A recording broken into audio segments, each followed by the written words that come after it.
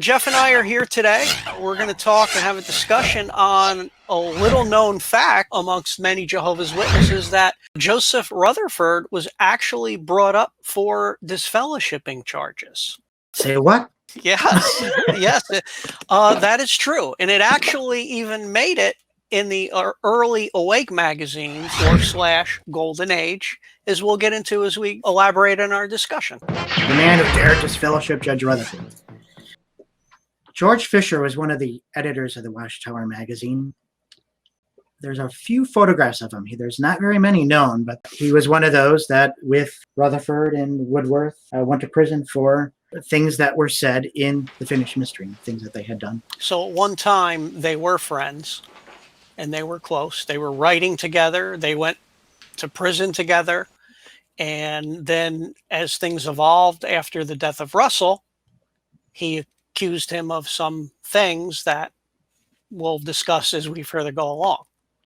You get a little personal flair of what he was like. It says he played the very large organ of 70 pipes. That's cool. Yeah, you know. He's like an Igor in there. An absorbingly interesting discourse by Brother Fisher now followed. All who have heard Brother Fisher address the friends are acquainted with his terse sentences and didactic style. As usual, he had the audience closely follow his talk, pricking up their ears at his abrupt questions and answering them more or less in unison and accuracy. That's from the Enterprise. Cool. The authors of the hymn, What a Triumph of His Grace. It's C.J. Woodworth and George Fisher, the two authors of the finished mystery. That's an interesting piece. Yeah. Definitely cool. Fisher wrote the music and Woodworth the words.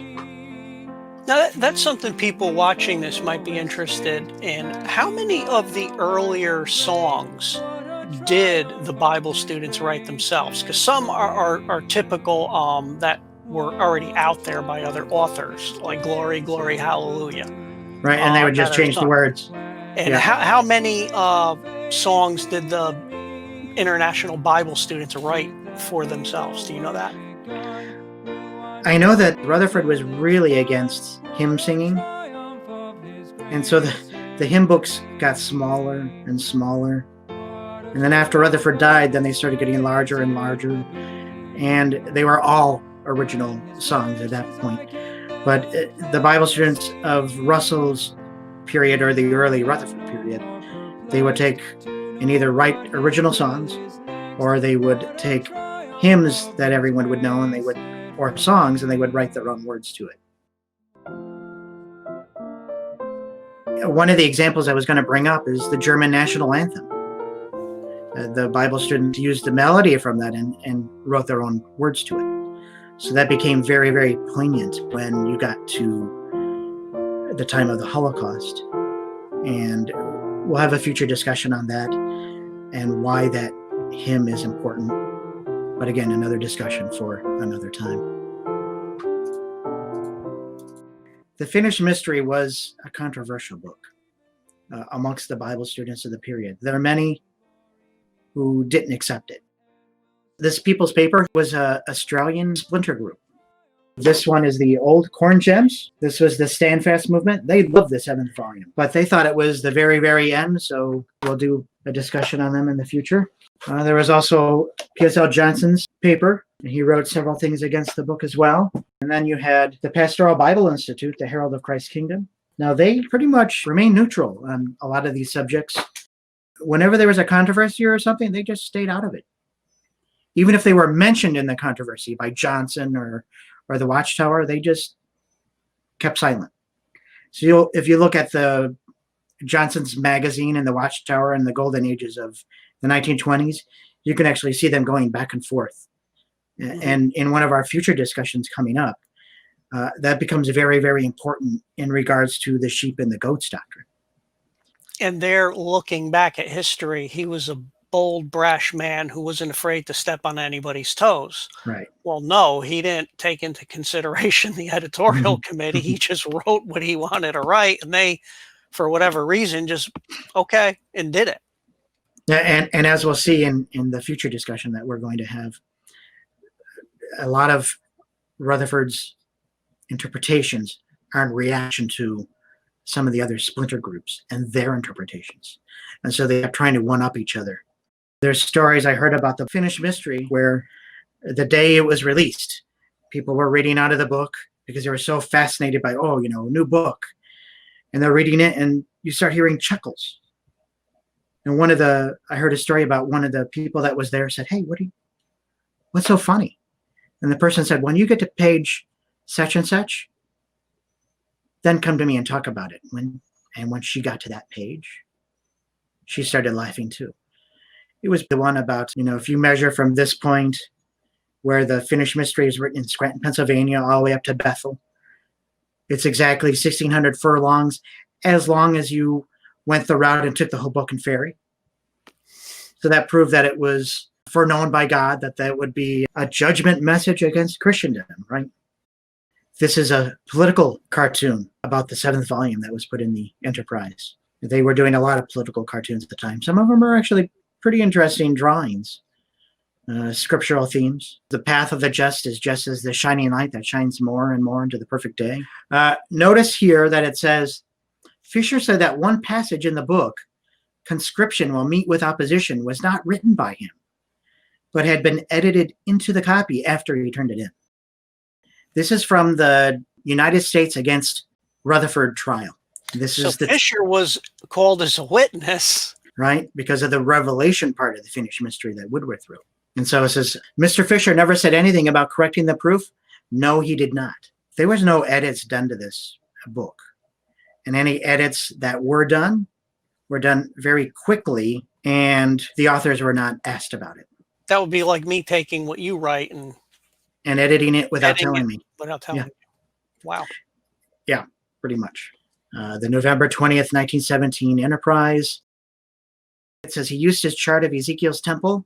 The chart was literally bigger than a barn door. He loved talking about Ezekiel's temple. That was his thing. One of Fisher's favorite subjects was the subject of love. And it's very interesting how one noted for love in their religion was ultimately ostracized. And a lot of Jehovah's Witnesses today, you hear them over the years talk about they're more concerned with how many hours you put in, how many books you place to people, how many hours of this, and not a focus on love. Yet the very essence of the Bible in Christianity is you'll be known by the love.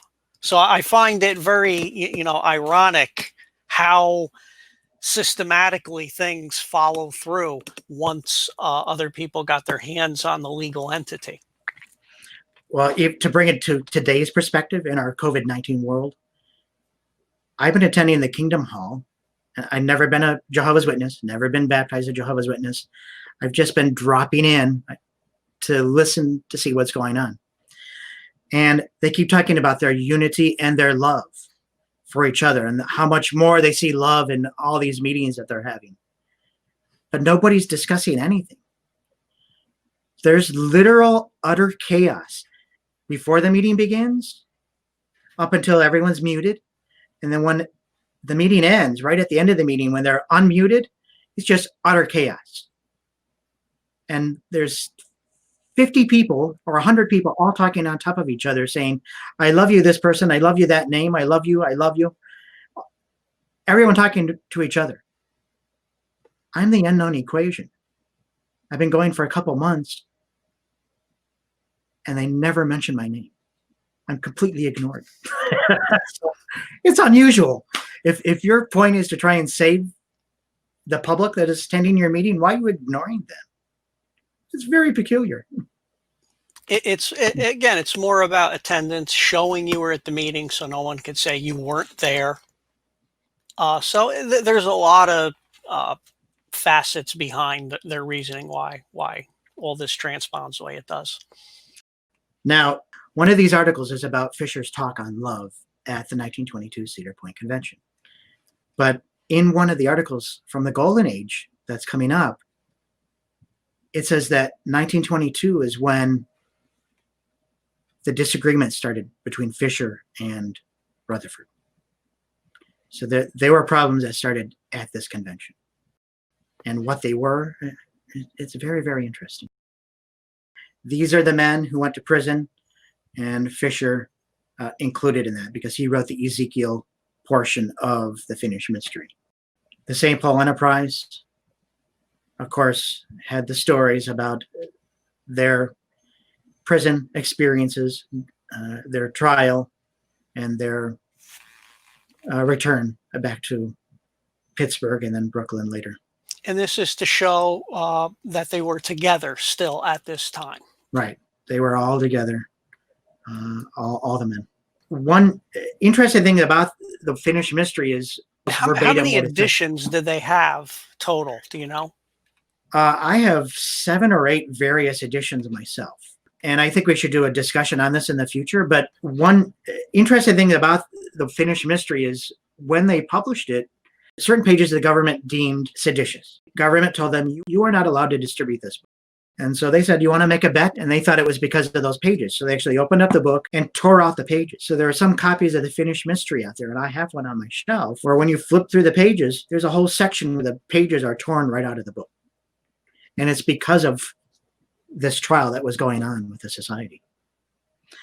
When the government told them that they couldn't do that, then they thought, okay, well, you can't publish it as a book. Let's publish it as a magazine edition. Government said, no, can't do that either.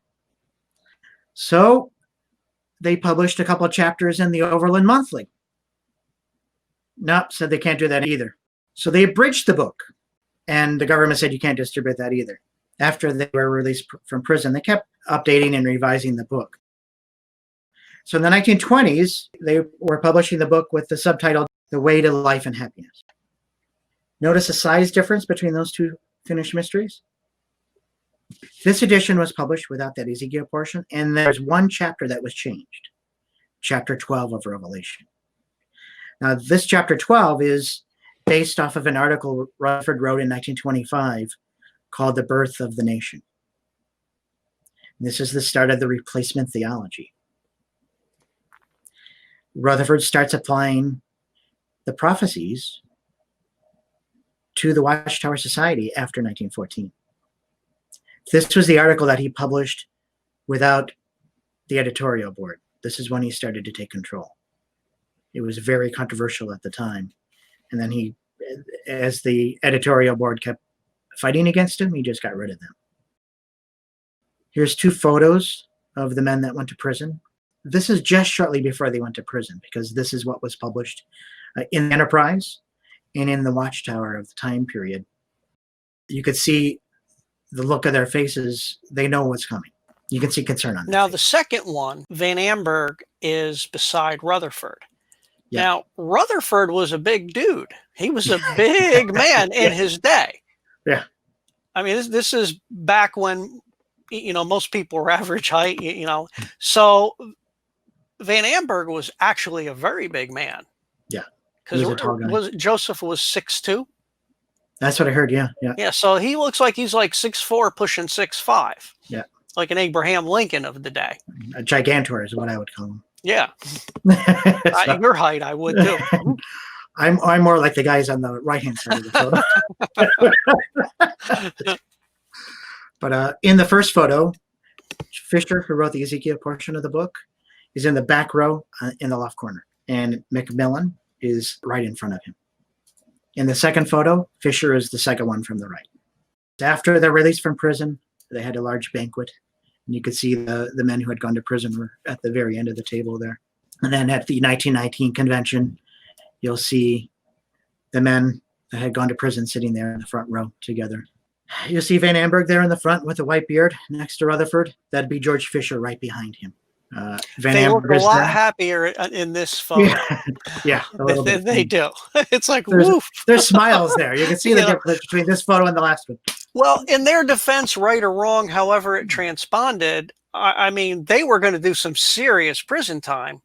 And this was back in a day when they weren't playing. It's not a lawyer getting you out, here it is. So they had some serious weight on their minds. George Fisher was one of the editors of the Watchtower magazine. And in April 1924, he writes a letter and says, hey, I'm going to temporarily withdraw. The claim is that it was a health issue. The correspondence we see afterwards indicates that this wasn't the case. He did have health issues, of course, and that's what ultimately killed him shortly after this.